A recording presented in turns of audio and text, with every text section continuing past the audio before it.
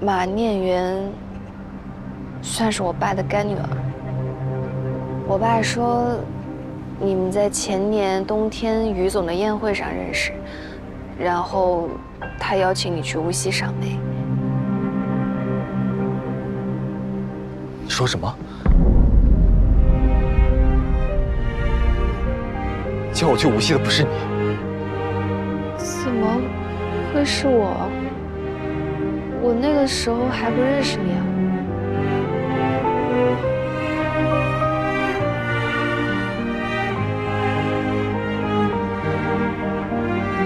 2年前1月份，我们在于总的宴会上见过，我和外公一起去的。你仔细想想，一点印象都没有吗？有吗？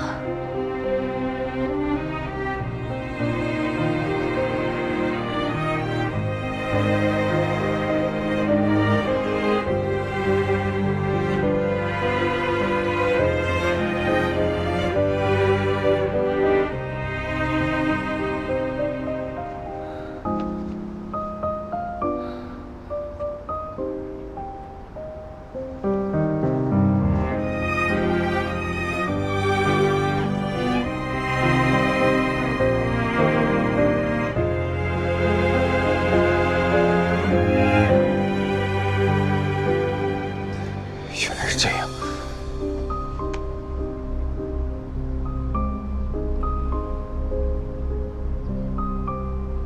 你回国了吗？现在在哪里？我马上去找你。跟我来。去哪里啊？宋江。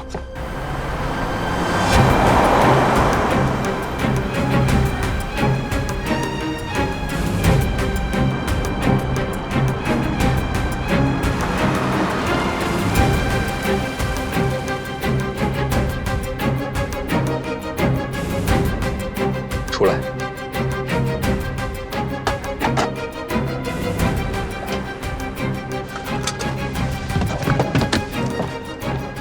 兰森，你过来通知我，好让小子扫踏相迎啊！邵佳琪，西光，你怎么跟雨森在一起？邵佳琪，2年前我车祸前，你是不是打了个电话给我，让我去无锡？怎么又提这件事儿？我对不起你一辈子，我知道。那天你在电话里对我说的话，再重复一遍。天哪，求你饶了我吧！我知道错了还不行吗？我早知道那女人是这么没品的人，我根本不会给她牵线的。我已经跟她断绝往来了。我告诉她你路上出了车祸，她居然看都不去看一眼。行了，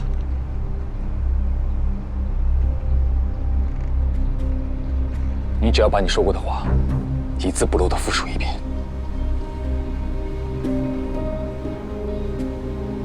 我哪里还记得？那好，我复述，你确认我说的对不对？那天我刚做完一个大手术，你打电话跟我说，来无锡呗，我介绍个美女给你认识。我说，你还有这个闲心？谢了，大可不必，是不是这样？兄弟，你记性太好了，是这样没错。不是我记性好，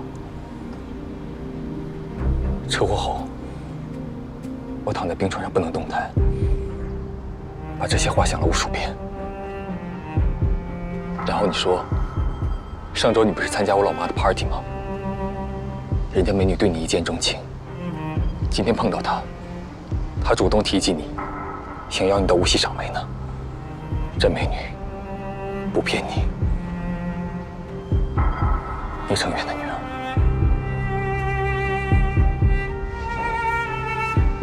那时候不是才回国吗？那女的装得可怜兮兮的，我就被她误导了，以为那是聂叔叔的私生女。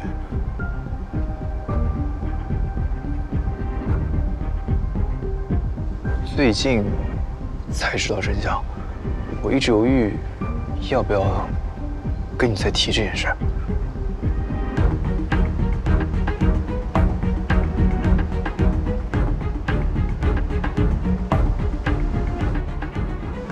哦对，你们怎么会搞一块儿去？你不会远约你的是聂曦光吧？不是，你不会对人家打击报复了吧？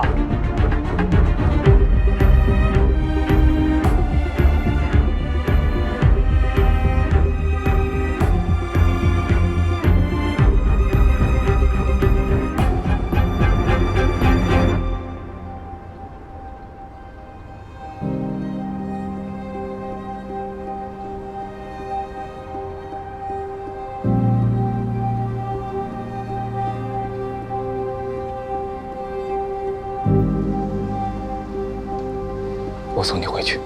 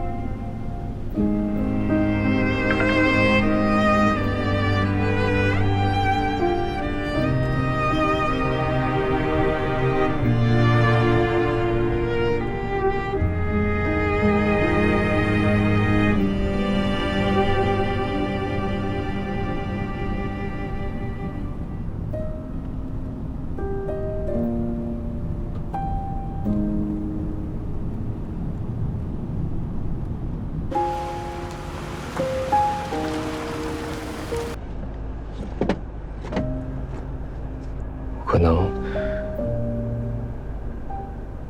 需要自己待一会儿。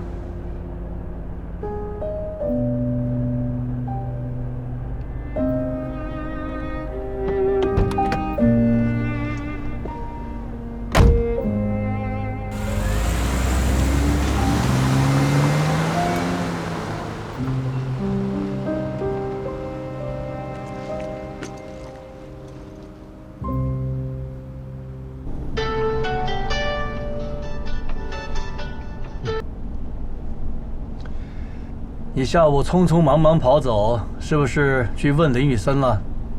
他承认了没有？人证都在，他难道还能狡辩？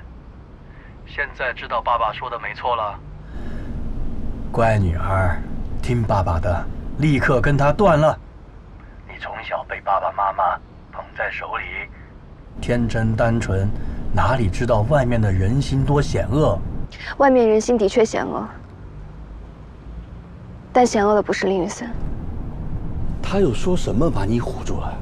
哎呀，你真是鬼迷了心窍啊！马念远怎么跟你说的？他说，林宇森对他有好感，所以他通过邵佳琪邀请林宇森到无锡去赏梅。那他有没有告诉你，他邀请林宇森用的名义是什么？聂成远的女儿。他误导邵佳琪。让邵佳琪以为她是你有血缘关系的女儿，而邵佳琪没有说她的名字，所以林宇森一直以为邀请她去无锡的人是我。不可能！你当然可以无条件相信他，但你若还有做父亲的几分责任心，你不妨去找邵佳琪了解真相。哦，你不会去，堂堂聂总怎么会放下这个脸面呢？但是我告诉你，林宇森从来没有对马念远有过好感，而马念远。甚至在林宇森车祸之后，看都没有去看他过一眼。所以你说的没错，这个世界上的确人心险恶，但天真的不是我，鬼迷心窍的也不是我，是你。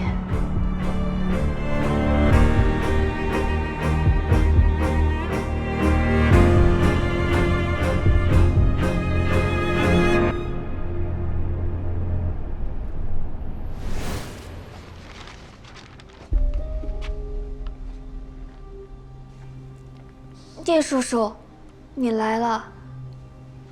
聂远，你站住！你最近不太对劲，是不是发生了什么事？没有。你跟我说实话，你现在不说，回头出了什么事，我可不会帮你。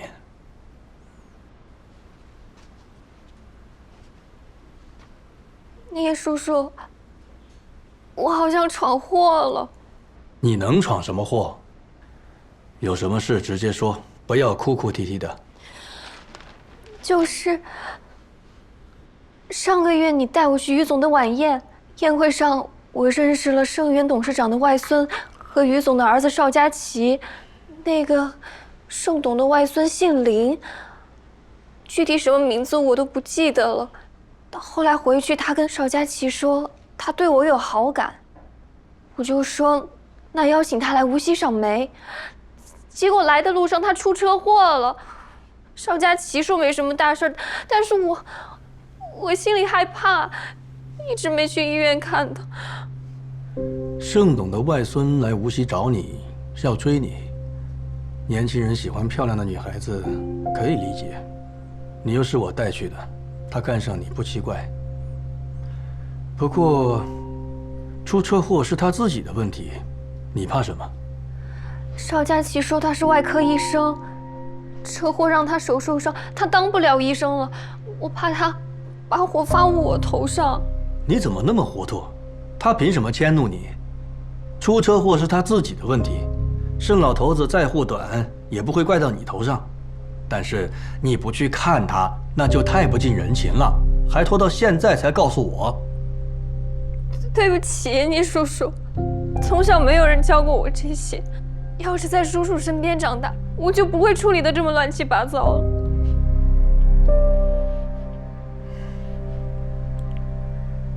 你也不用太慌张，他到底不姓盛，不过盛家也不至于一点动静也没有啊。我打个电话试探一下。包凯，好久没见了，什么时候聚聚啊？哈哈，行，我们是该聚聚了。看来你心情不错啊。上次见面还听你说家里有点事，解决了？没什么事儿，我的外甥出去玩，出了车祸，老爷子紧张得很。其实人好好的，只是当不了医生而已。你大姐的儿子？嗯。怎么这么不小心，还出了车祸了？年轻人不稳重，开车到处玩，不就出事儿了？行了，不说他了，我备好好酒等着你。那就这周末我去上海找你。盛家不知道你，多半是姓林那小子觉得没面子，瞒下来了。他好端端的也没什么事，既然如此，我们就当做这事没发生过。谢谢你，叔叔。叔叔，你太厉害了，什么都没问，就把事情说清楚了。下次有事早点跟我说。那这件事情要告诉妈妈吗？我还没跟她说。你就别跟她说了，她身体不好，别让她操心。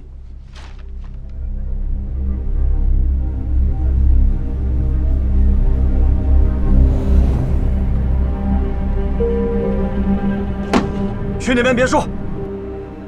仙人回归梧桐岛，就此涅槃苏醒。这神仙下凡渡劫不算少数，却未见过这么个渡法。这哪里是渡劫啊？分明是变着妈，怪不得你看这个是什么？性子就成了这副样。历世千载，谁送你的？世间总有人追你啦？也算都不是，是芊芊送我的。今天他和罗克赵少来无锡玩，我们大家一起吃饭，他就送了我这个，说是不小心买重了。省去了日后出手这么大方呀？他到底什么来历？靠谱吗？当然靠谱，他家里在苏州开大厂的。上次请我们去厂里逛了逛，在厂里的贵宾厅吃饭，餐厅服务员待他跟公主似的。还有那个赵少更有钱，还有背景。他们最近在做一项新投资，赚了不少。芊芊说她先投一点看看，要是赚钱了就带着我一起。妈，上次聂叔叔说要给你钱，给了没有啊？嗨，给了一笔，就比那天买衣服鞋子多给了一点点。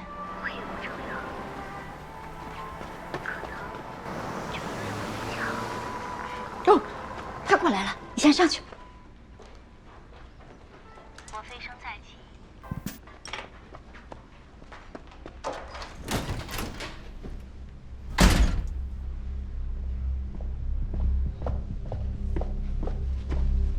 程远，你怎么来了？你生的好女儿马念媛，叫她出来。我马上叫她下来。念媛，快下来！你聂叔叔来了。来了。你聂叔叔生气了。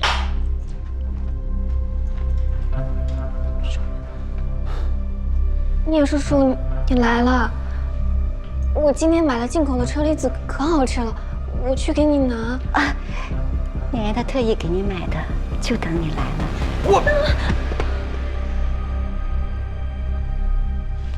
你敢骗我？程远，你怎么了？你别生气呀！念媛她怎么敢骗你呀？聂叔，我没有，我怎么会骗你啊？你老实告诉我，2年前你约林雨生来无锡，到底是怎么回事？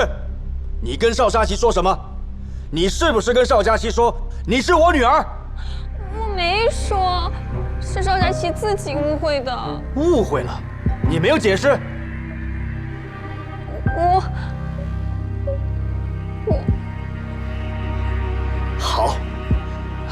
好，我看你就是故意误导他的。你还说林雨生对你有好感，约你，其实就是你主动找到邵佳琪，是不是？我真是养了一头白眼狼。林雨生车祸后，你不去看他，让他记恨我，拦了我几个项目，造成集团巨大的损失，我都没怪你。没想到你还冒充我亲生女儿，把锅甩在西光头上。你，程远，你怎么了？你别吓我啊，程远！孩子有错你就打就骂呀，你可别气着自己啊！你现在可是我最要紧的人了，我天天在家为你祈福啊，就是想让你平平安安的，你可别吓我呀！不关你的事。怎么不关我的事啊？都是我没教好的。我身体不好，没有精力管他，以前又没能给他找一个好爸爸。程远，可不能有事，我现在只有你了。好了，也没什么大事。不过以后他的事，我就不再管了。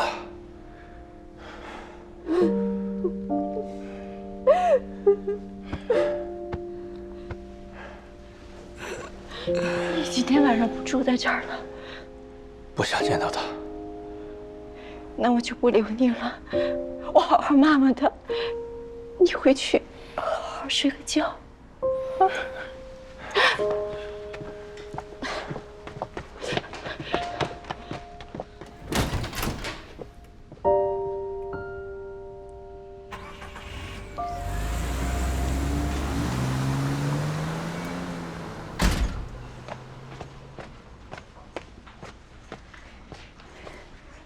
我怎么生了你这么蠢的东西？条件那么好的男人，来找你的时候路上出车祸了，你都不去照顾一下。我说了一些话，让邵佳琪以为我是聂叔叔的女儿。他肯定是因为这个原因，才肯来无锡见我的。我本来想着先认识了再说，就算后面发现我不是聂叔叔的女儿，多个漂亮女生喜欢，人家也不会太生气。我还能通过他认识更多的人。谁知道他出车祸了？邵佳琪说他伤得不轻，连医生都没法做。所以你怕了，怕他发现你不是聂成远的女儿，怕他把火发到你头上，你也不敢跟聂成远说实话。结果呢，还不是东窗事发了？你能瞒2年，多亏了这个男人厚道，没来找你这个聂成远的女儿，也没去告诉盛家，不然你1天都瞒不了，你还能好好的坐在这儿。你妈都被扫地出门了，你呀，做都做了，逃能逃得掉吗？不如富贵险中求。男人受伤的时候就是最脆弱的时候，你去照顾他一下呀，诚心道个歉，反而可能有机会呀。毕竟，他只是做不了医生了，其他的又没有什么。有盛家那样的背景，什么做不了啊？车祸又不是你的错，大好的机会就被你这么错过了。你就知道说我，当初你不也选择了爸爸，放弃了聂叔叔？要是我真的是聂叔叔的女儿，我哪里用得着这么费尽心机？放屁！我说你蠢，你还跟我杠上了。那时候聂成远什么都没有，我为什么要跟着他？你爸是城里户口，铁饭碗，单位分房，条件比聂成远好10000倍。村里的人谁不羡慕我嫁到城里啊？聂成远的家里穷得叮当响，我跟着他有苦日子吃。再说了，聂成远也是跟了江云才发达的。你妈虽然不是什么好人，但是自己几两重还是知道的。聂成远跟了我，未必发得了财。再重来一遍，我一样跟你爸。你是个没良心的东西！你爸打你生下来就把你当宝贝一样啊！你那讨人厌的爷爷奶奶重男轻女，你爸连你奶奶家都不回了，你一点都不记得了？他是不是白疼你了？我没有，我以为你心里只有聂叔叔，你还给我取名叫聂远。我心里只有他，我当年会踹了他呀！取个名字身上又不掉块肉。当年生你的时候，他刚好攀上了江云，我心里不爽快，就给他天天堵。反正你爸从头到尾都不知道前面的事情。不过后来我也有一点后悔。你爸他真是个好人，可惜死得早。不然我也用不着来哄聂成远。不过真没想到，江云脾气这么大，竟然真的离了。这件事情上他也是蠢的。妈，我知道错了，你就别骂我了。现在怎么办啊？聂叔叔这次真的生气了。没事儿，看他走时候那样子还能哄得回来。过2天，你给他发一个长点的道歉信息。男人靠不住，能哄多久就多久。知道了，妈妈。你这手表，虽然是你朋友送的，以后也别再让他看见了，更别提什么进口车厘子了，让他觉得我们是在享受。他给我们的钱都用来吃药看病，再就是为他身体健康，给他祈福啦，知道不？嗯。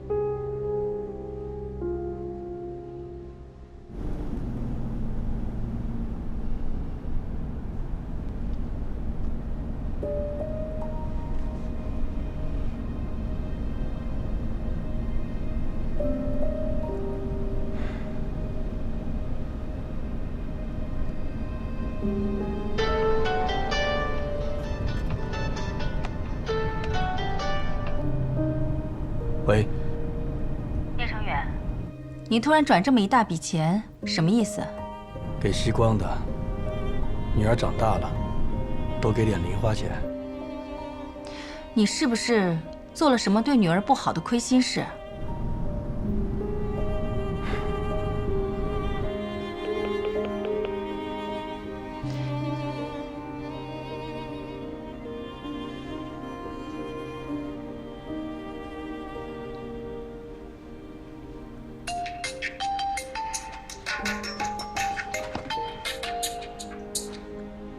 喂，妈。喜光，你爸爸是不是做了什么对不起你的事啊？为什么这么晚？他刚刚突然给我转了一大笔钱，说是给你的零花钱。这大半夜的，实在是可疑。他做什么了？如果要把来龙去脉说清楚，又要提到钱家母女，干嘛让妈妈平白生气呢？没什么，我也不知道他怎么了。可能是良心发现了吧？真的？真的，我在苏州好好上班呢，能发生什么？也是啊。今天跟小林出去吃饭了吗？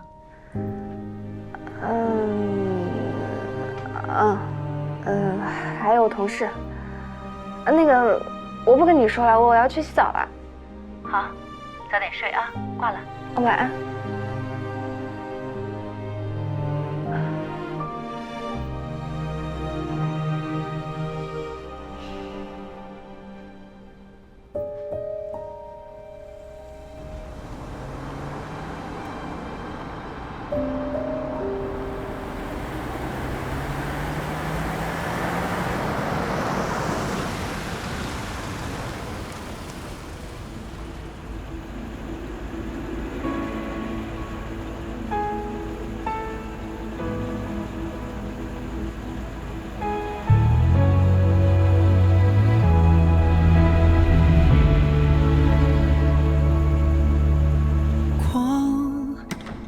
隔间玻璃上，看不清方向，一如既往。笔在心中融化，却听不到回答，如何放下？完美结局是不分离，最怕我还是失去你。时间如何带走悲伤，最后剩我游荡，睁开眼闭上眼。雨森，你长大后想干什么？我长大想做外科医生。怎么想当医生啊？爸爸还指望你子承父业，当个商业天才呢。他还是当医生好，妈妈喜欢医生。对，当医生好。哎，小森奶奶是中医，小森是西医，以后我们家呀，中西医合璧，天下无敌。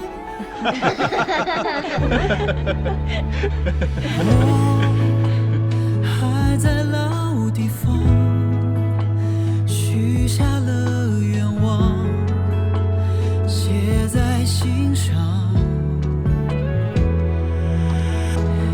你是我的梦想。爷爷今天做了鸡翅，我们未来的小医生多吃几个，吃啥补啥。要当外科医生手最重要，以后去和朋友打篮球都要小心一点啊。知道。最怕我还是失去你，飘舞我在记忆长廊，找寻你的微光，不想写下最后篇章。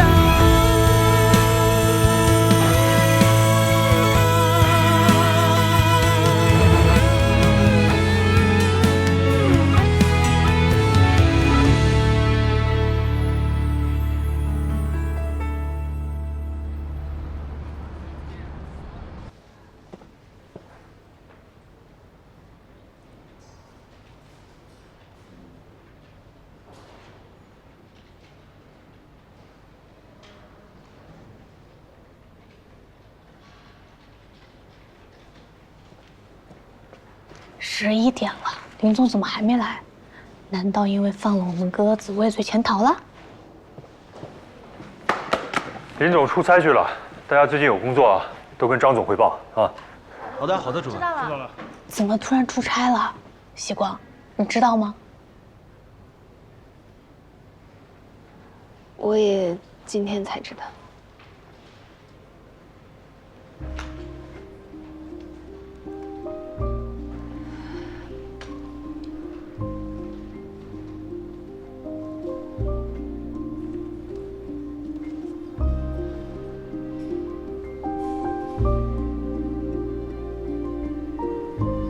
我离开一段时间。好。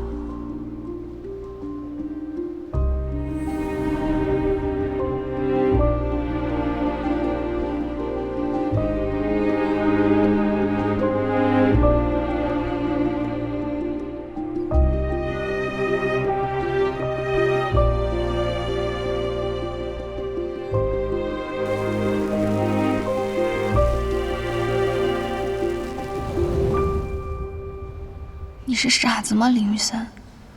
在以为我干了这么坏的事情的情况下，还会想和我在一起？你去哪里了呢？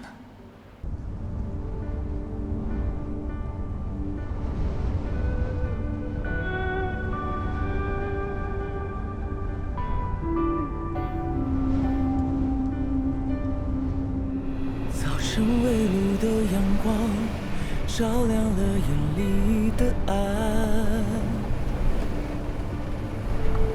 生活满当的奔忙，从未遗忘过善良。偶尔寂寞来探望，一路上回忆快闪。曾经坠落的坚强，终究需要时间帮点忙。面对失去后的一切如常，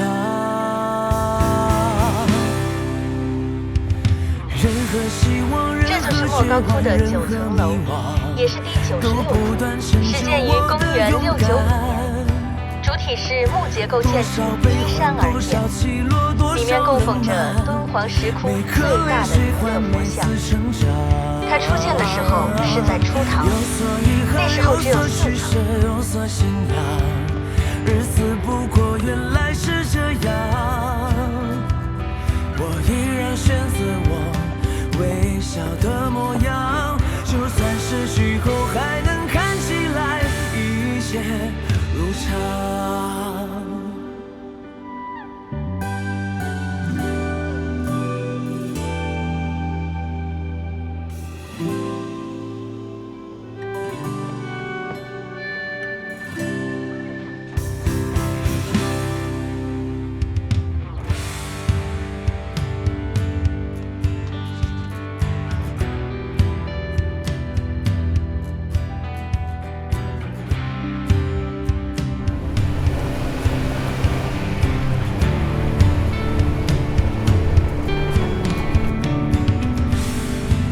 林哥，你是南方人吧？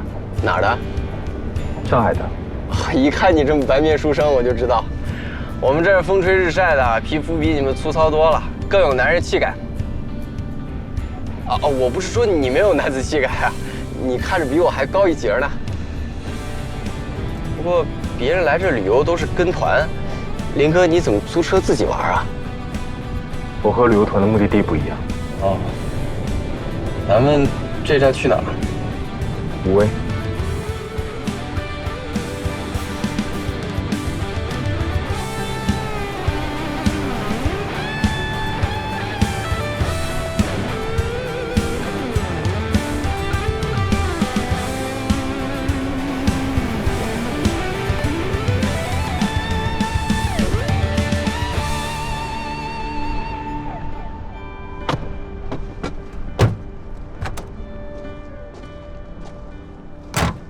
武威这边居然有这么大一个太阳能电站，我甘肃人我都不知道。林哥你怎么知道？我现在在做这一行。哦，原来是这样，怪不得你要来这儿呢。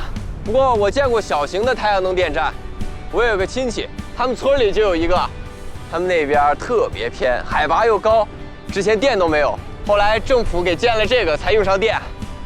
你们沿海发达地区的人可能想不到，如今还有地方用不上电。会越来越好的，这些工作我们国家一直没停止过。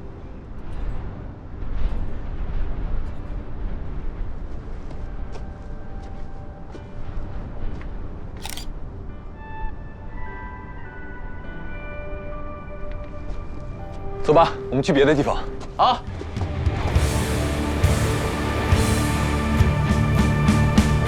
任何希望，任何绝望，任何迷惘，都不断成就我的勇敢。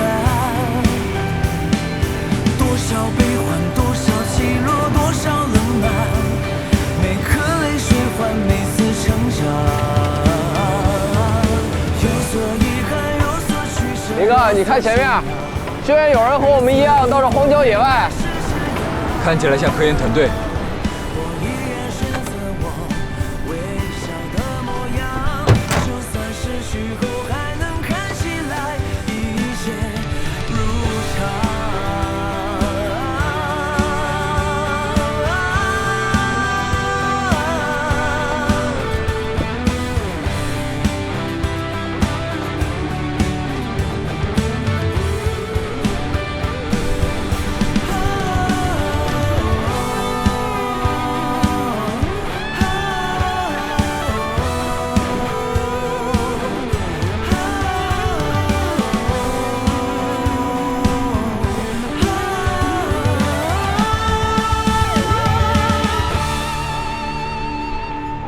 何希望，任何绝望，任何迷惘，都不断成就我的勇敢。多少悲欢，多少起落，多少冷暖，每颗泪水换每次成长。有所遗憾，有所取舍，有所信仰，日子不过原来是这样。哎，你先出来吧，估计还等一会儿呢。好。微笑的模样，就算失去后还能看起来一切。哥们儿，能不能帮个忙啊？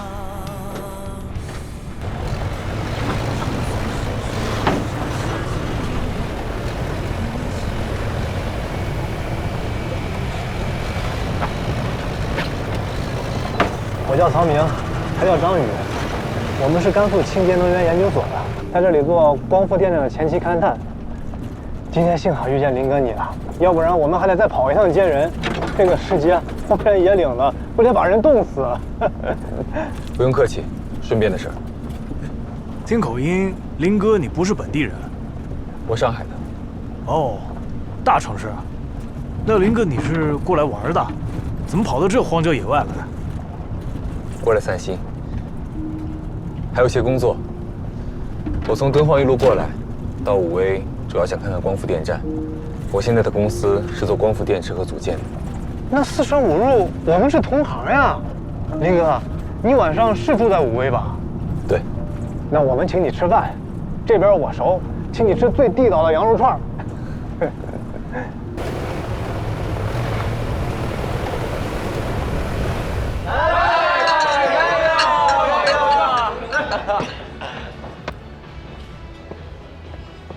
感谢林哥和包小哥把我们带回来，要不然现在我们还有人在外边喝正宗的西北风呢。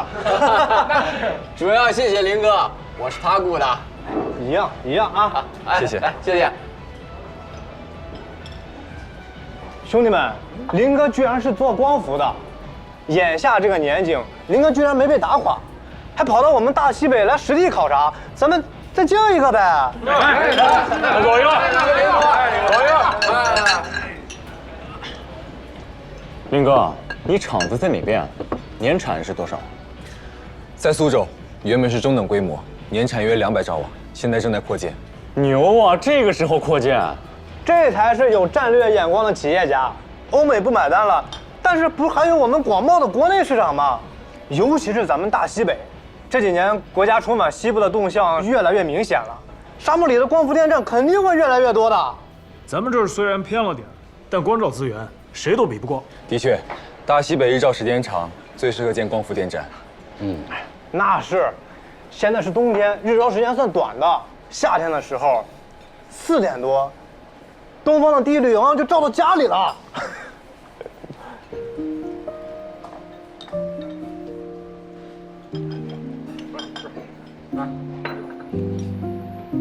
哎，林哥，你既然都跑来勘察了，一定也想做这边的项目吧？说不定没多久你们过来建电站，到时候大家多半又能见面了。那就承你吉言了。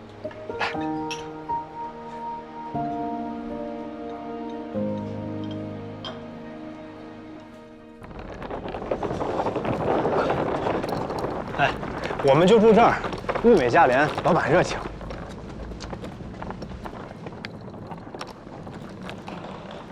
老板，给你带客人来了，给和我们一样的价格啊！必须的嘛。谁住？啊，身份证。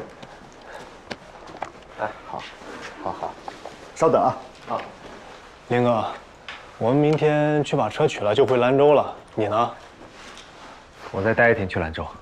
哎呀，可惜我们不能再待1天了，不然这路上多热闹。不急，你不是说我们公司要做这里的项目，到时候大家在一起喝酒。那感情好呀！那感情好呀！对了，今儿都没喝够呢。房卡。哎，好，这信封和明信片是我老婆设计的，文绉绉的，你要是喜欢，随便拿。挺漂亮的。谢谢。不客气。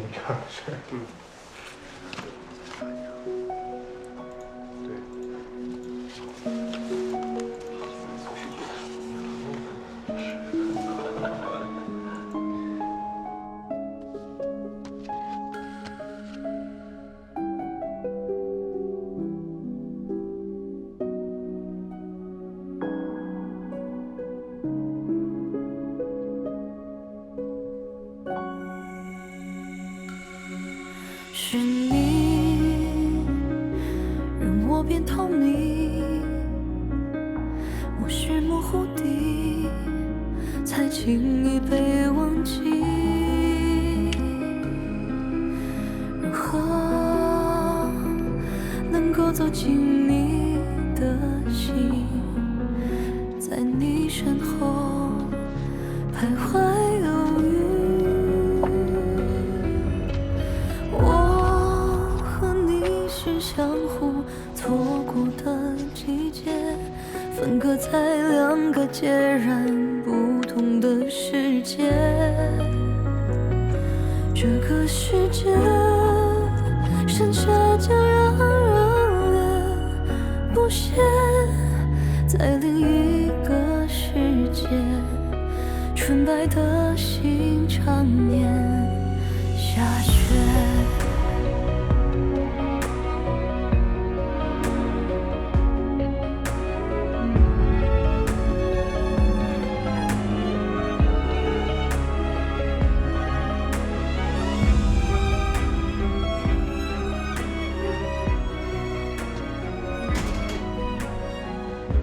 老板，请问这边有信纸吗？哦，有，我给你拿。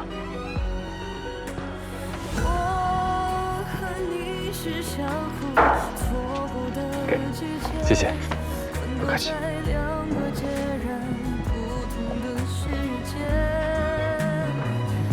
这个世界剩下这让人恋不舍，在另一个世界，纯白的心常年下雪深夜，又辗转几遍，还未曾妥协，怎么放下执念？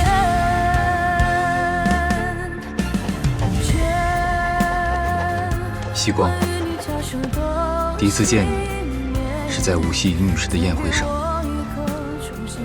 那是一个我并不想参加的宴会，一切都那么无聊，远不如一个人在家研究手术方案。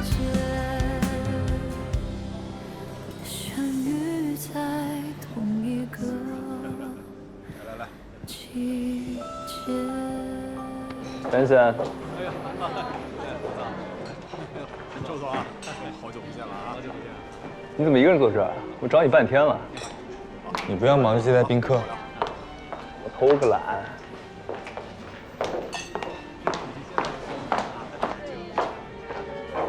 你今天出现在这里，我是真没想到。你外公带你进来的时候，我还以为我眼花了。什么情况？我们忙碌的大医生，居然也愿意出来社交啊？被院里派到无锡来交流开会，外公知道了，直接开车到医院门口来接我，不得不来。我说呢，你怎么不跟老爷子一起啊？他在贵宾室谈一个项目，我找个借口出来了。你这也太识趣了吧！甚远的事情，你就一点都不想沾？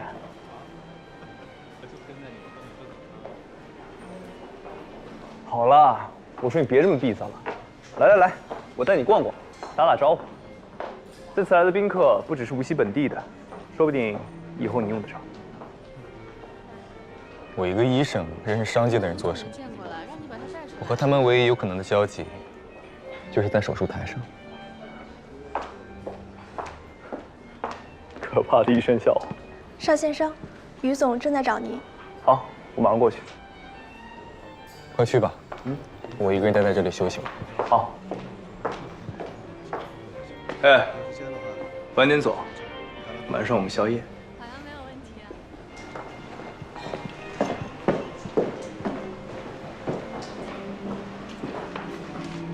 今天来了不少大人物呀。于总嘛，一向最讲究排场了。陆总，我跟于总打个招呼。于总，欢迎欢迎，生意兴隆，生意兴隆啊！聂晨远也来了，他旁边谁呀？他女儿我见过，这不是他女儿。他不是离婚了吗？这个难道是辛夫人？你们男的就是龌龊。今天有幸再见到聂总，小弟真是非常高兴啊！咱们远程开发的商业地产是全国公认的高质量。叶总有用得着小弟的地方，尽管开口啊！这是我的名片，希望今后能为聂总效劳。效劳，我看就不必了。来了，这才是聂君远的女儿，有好戏看了。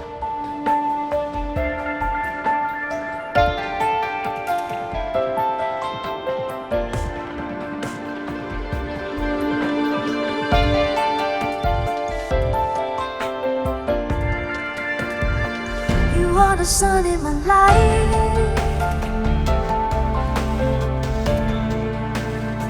you are the light of my love. 发现了你。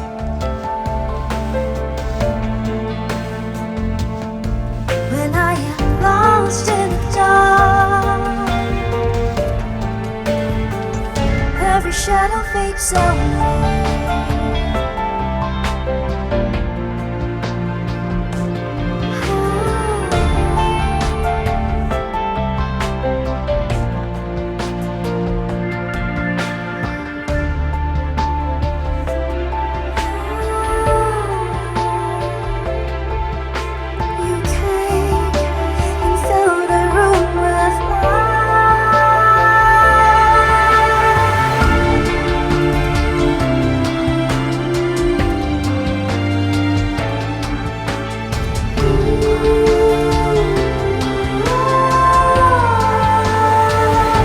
The sun in my life,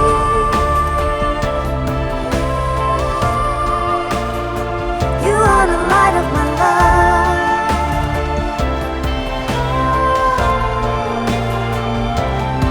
When I am lost in the dark,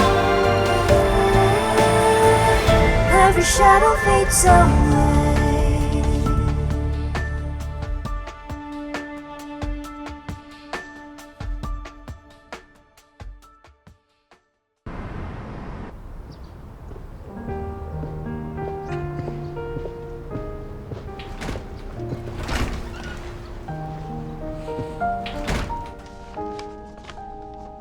给。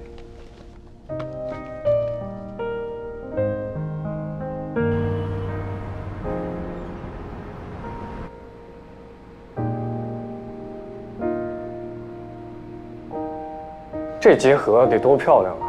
电子版就适合现代风格。的确，咱们一开始也没想到融合在一起能有这么惊艳的效果。这一稿大家都比较满意，昨天我也给张总看过了，他没有什么问题。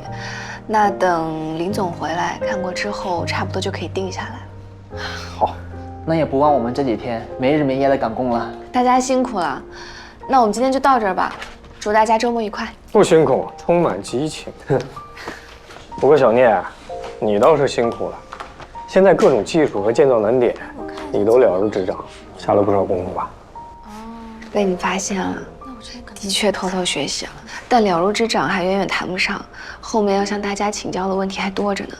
毕竟这才刚定下设计，在施工里肯定有很多问题。是这个道理，我也得学习。毕竟 BIPV 说到底还是个建筑。我们丁总说了，马上工厂竣工，咱们就全力盯这个。谢谢丁总。哎呀，大家都走光了。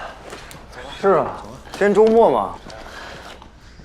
哎，对了，这周苏大举办了一个新能源学术讨论周，你们有兴趣听一听？很多行业大拿都会来。我们就算了吧。我肯定也没兴趣。具体什么时间啊？我今天得回家，但是我周日可以过来。我把信息发给你。行。哎，周日有陆双航教授的讲座，你知道他吧？知道，我看过他的书。嗯。花总，你也去吗？我就不去了吧。最近在光伏花园花了一些时间，周末我要蹲实验室补上。回头要是有什么资料，你带回来共享一下。好。咱们的光伏小花园是不是还没名字呀？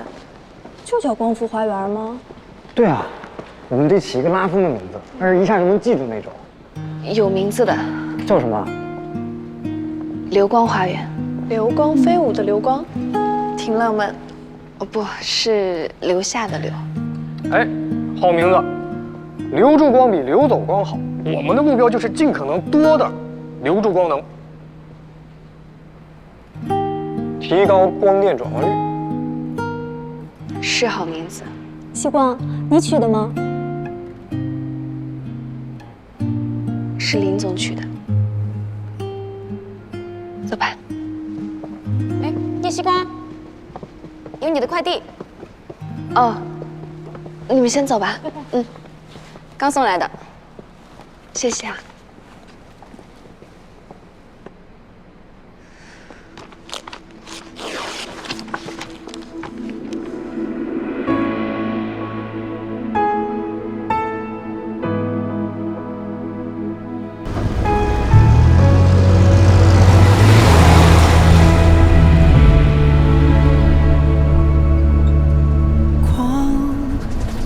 隔间玻璃上，看不清方向，一如既往。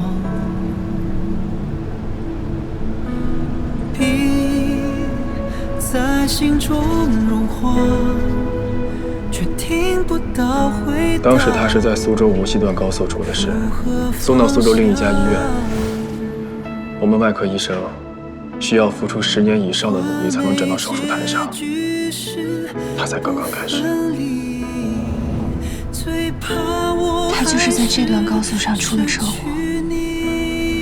那他上次送我回去经过这里的时候，在想什么呢？那时候他以为我才是邀请他过来，又弃他于不顾，害他再也没有办法拿起手术刀的人啊。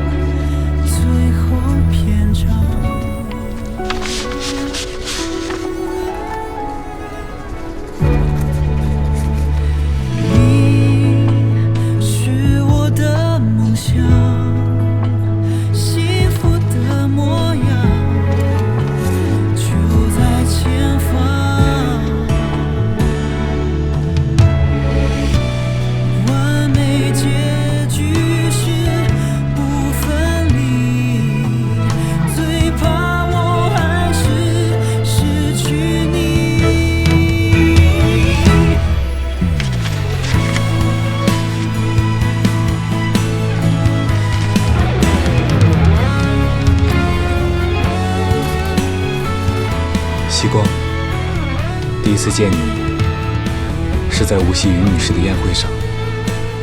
那是一个我并不想参加的宴会，一切都那么无聊，远不如一个人在家研究手术方案。那就辛苦我的宝贝女儿一个人去参加宴会了，妈妈真的有点不放心。这有什么不放心的？我都大3了。等一下呢，我就说几句好话，然后找个角落吃东西，吃完我就回家。就是这样。但是，我有个问题。什么问题？我不明白，明明于阿姨和你关系更好，为什么她明知你和爸爸离婚了，还是爸爸的错，她还要邀请爸爸去参加他们宴会啊？要不是你有事情耽搁回不来，那不就碰上了吗？因为她除了是妈妈的朋友，更是一个企业领导者。她询问过我的意见，但这样的询问只是个过场。我懂了。不要叹气，人生知己本来就不多，不能对别人有太高的要求。好吧，那等一下我要大声地说，我是代表我妈妈江云来的，不然他们还以为我们怕了呢。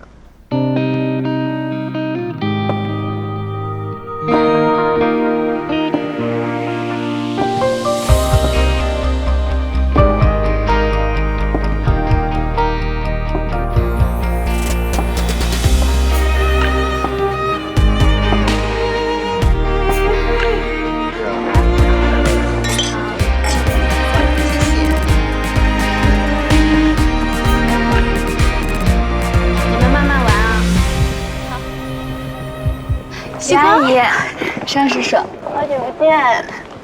我妈妈有事耽搁，得明天才能回得来了，让我跟你们说声抱歉。今天我带她来祝贺叔叔阿姨，祝阿姨叔叔的生意蒸蒸日上，祝阿姨永远漂亮。还是细光会说话，都说到我心坎里了。你妈妈给我打过电话了，我们约了，回头我们单独再聚。到时候你可要来哦。那当然呀，吃饭我最乐意了。Hey, Vincent, good to see you. How's going? 那阿姨你先忙。那怎么能放你一个人呢？佳琪，这孩子一有功夫就不见了。你很久没见佳琪了吧？她从美国回来了，一会儿啊，让她跟着照顾你啊。没事的，阿姨，你先招待客人，我自己能照顾好自己的。好吧，玩得开心。 Yeah, you Richard, you're my friend, aren't you? You know, I know that.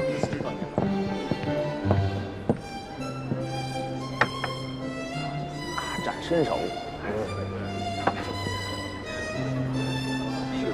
任务已经完成，再待半个小时可以走了吧？真无聊，还不如回去和姜润一起打游戏呢。于总的面子好大呀，盛元家的老总都带着盛然的后辈啊过来了。哦，企业20周年庆典肯定得大操大办的，不过能请得来盛总，估计啊也是沾了无锡正在进行长三角企业家峰会的光。哎，苏总，我跟于总打个招呼。于总，远程的聂总呢？生意兴隆，生意兴隆啊！他旁边那位是谁呀？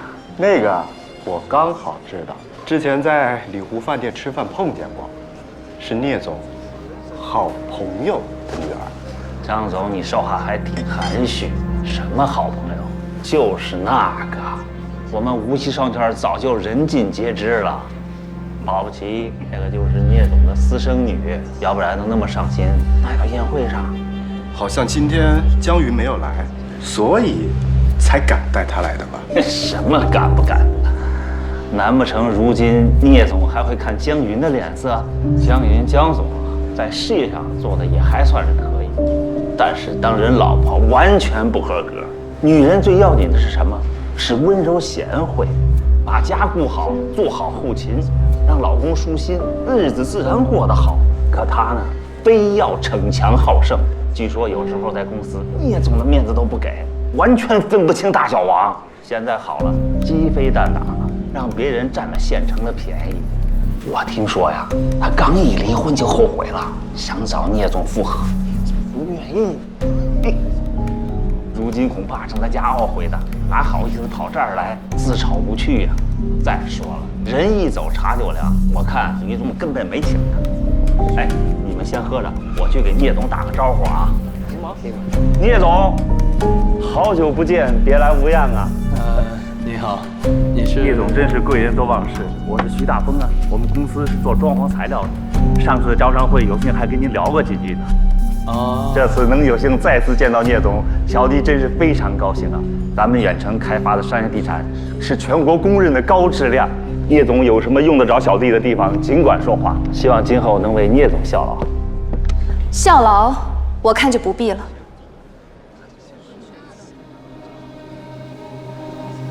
西光，你今天也来了，也不跟我说一声。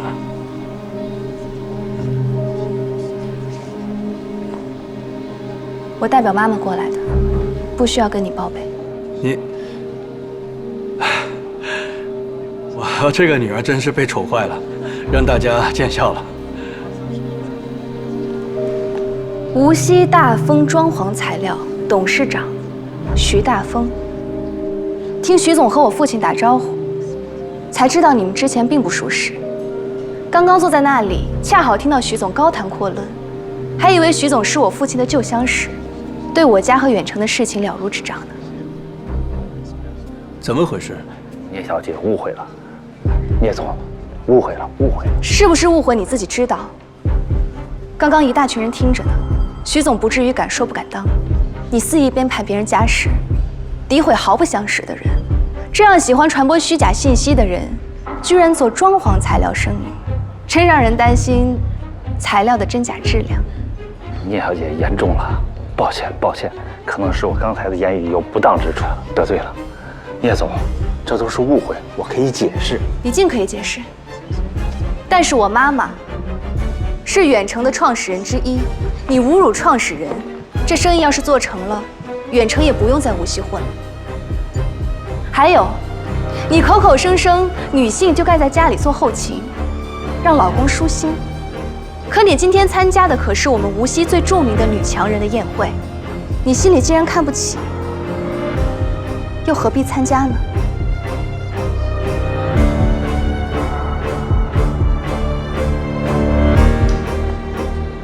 于阿姨，借地方处理点事情，给你添麻烦了。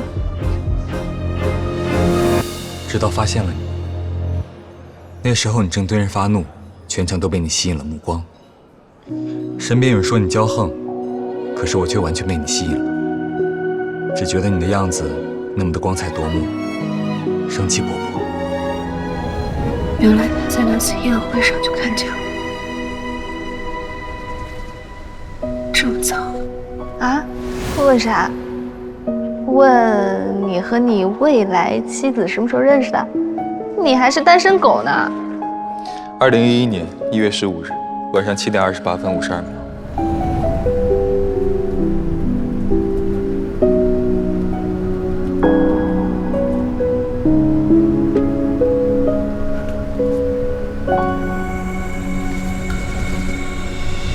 我想我一定要想办法认识这个女孩子。正好佳琪将我介绍给了她的朋友们，其中也包括你。我现在已经万分肯定，你当时丝毫没有注意到我，以至于对我没有一丝印象。我试图不着痕迹地接近你，可你却很快在宴会上消失了。我想也许不用这么着急，我可以先做一个比较完善的方案。所以几天后，当我接到你上面的邀请时，我简直欣喜若狂。那天我做了一台极为成功的手术，第二天我就开车去了无锡。我绝没想到那是我最后一次上手术台操刀。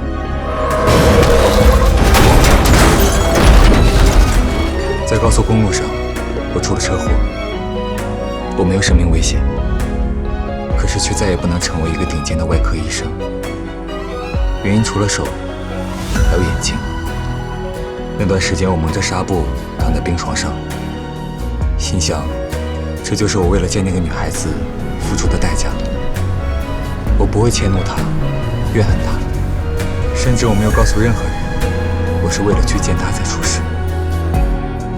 可是她为什么都不来看我一眼？不见光明中，你成了我的心魔，且从未解除。所以当从别人口中得知你在这个公司工作，我离开了盛源总部，到了苏州，没想到你却完全不认识我了。是了，你怎么会认识我？邀请我去无锡的那个，根本不是你。可是西光，我从来都是为你而来。不见光明中，你成了我的心魔。可是西光，我从来都是为你而来。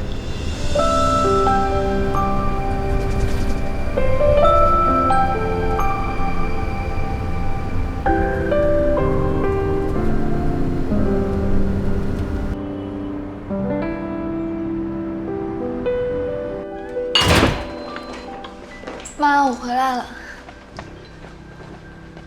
哎，你跑这么快做什么？晚饭吃了没？